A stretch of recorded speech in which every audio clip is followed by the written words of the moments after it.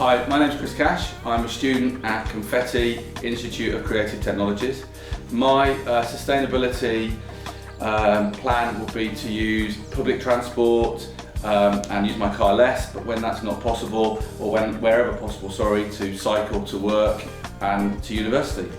I would also, within production, I would have send out a green email at the start, notifying everybody that's working on the film that it's going to be a green production.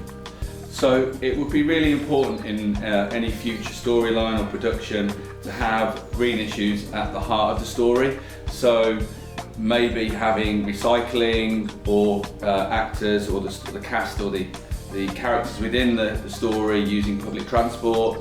That would be the way that I would highlight that within my films. Use my carbon footprint when making films by ultimately appointing somebody to manage the green production. And part of that process would be to not have plastic water bottles, and to have the whole cast and crew bring their own water bottle containers with their name on it. We would also be a vegetarian, offering vegetarian meals for our catering, and we'd be a meat-free production.